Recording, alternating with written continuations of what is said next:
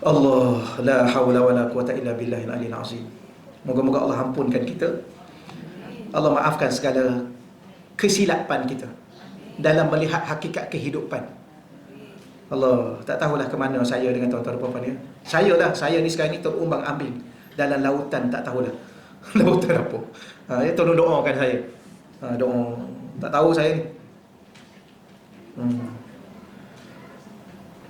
Mana tadi? Tak jumpa. Tak jumpa dah. Ni dah orang panggil hanyut di dalam lautan sepi. Hidup ni tak pernah sepi tau. Allah ada dengan kita. Tapi oleh kerana kita tidak melihat hakikat ketuhanan Allah yang sentiasa dengan kita, maka kita sepi dengan diri kita sendiri.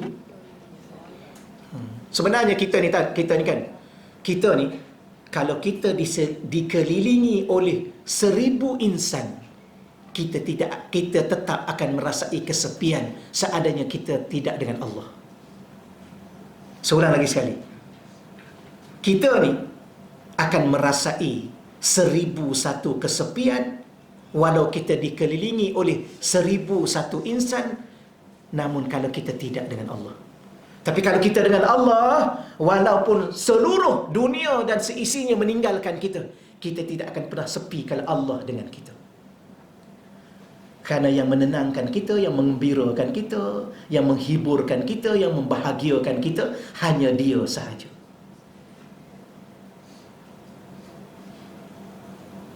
Okay ya? Gitulah. Sebab tu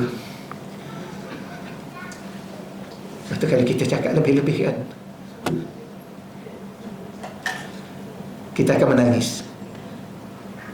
Tak tahu kenapa kita menangis. Boleh jadi kita menangis kerana kita kecewa dengan diri kita yang lambat memahami hakikat kehidupan yang sebenar. Hidup ini hanya dengan Allah sahaja. Kadang-kadang kita ni rasa sakit, rasa penat, rasa letih, rasa lesu kerana kita meninggalkan Dia sebenarnya, dan kita pergi kepada selain Dia. Ini yang berlaku. Kadang-kadang kita ingat isteri itu boleh menggembirakan kita, tapi sebenarnya isteri itulah yang melukakan hati kita. Kadang-kadang kita rasa suami itulah yang boleh jaga kita, tapi akhir sekali suami itulah yang membebankan kita. Faham tak? Kadang-kadang kita harap anak-anak itulah yang akan jaga kita, menghormati kita, tapi berapa ramai anak dialah yang menghina kita dengan kata-katanya, dengan tindak tanduknya.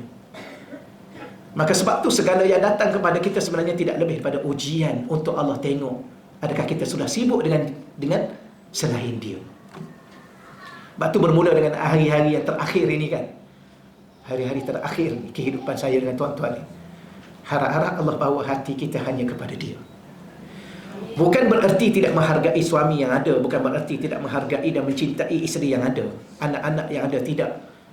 Mereka adalah keluarga kita, mereka adalah darah daging kita, mereka adalah hidup dan mati kita, mereka itu.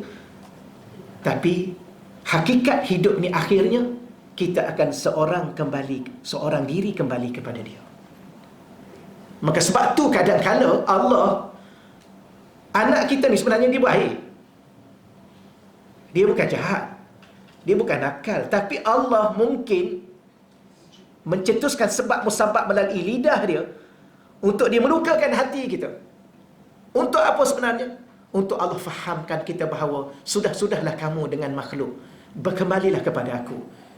Kerana sama ada kamu nak atau kamu tak nak, kamu suka atau kamu tak suka, kamu mahu atau kamu tak mahu, kamu rela atau tidak, kamu tetap akan kembali kepada aku seorang diri.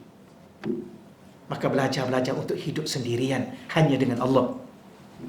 Kita akan pergi selama-lama hanya dengan Allah. Itulah sebenarnya.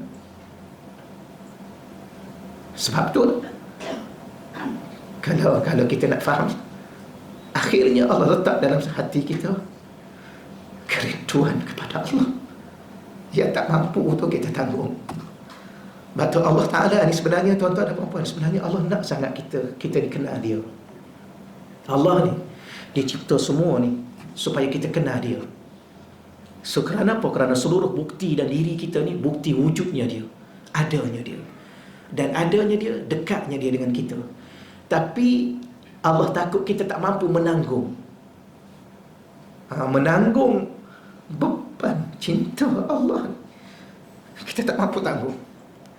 Sebab tu awliya ni hidup dia siang dan malam, dia hanya mampu menangis kerana tak mampu untuk diungkapkan kecintaan dan kerinduan. Dan dengan kecintaan dan kerinduan kita kepada Allah inilah kita akan cinta pasangan kita secinta-cintanya kerana dia, dan tak akan lagi kita bermuka-muka. Inilah. Tapi kita kena faham, Allah ni, kita dengan Allah ni, Allah tak buat macam kita buat sesama kita. Kita ni kalau sayang kat orang, kita nak sentiasa dia senyum dan gembira. Allah tak begitu. Allah ni kadang-kadang dia cinta pada kita, dia buat kita menangis. Kerana menangis ini lebih faham daripada tersenyum. Betul tak? Sebab tu orang gembira pun menangis, sakit pun menangis, sedih pun menangis, suka pun menangis. Kerana menangis itu lebih benar. Di saat orang datang jumpa dengan kita, mengaku dia silap, dalam masa yang sama dia minta maaf dan dia menangis, ketika itu dia benar. Di saat kita bangun malam, kita munajat kepada Allah, kita menangis kepada Allah, di situ benar. Okey ya? Kerana senyuman itu kadang-kadang 1001 kepalsuan. Okey. Cakap tu dulu. Allah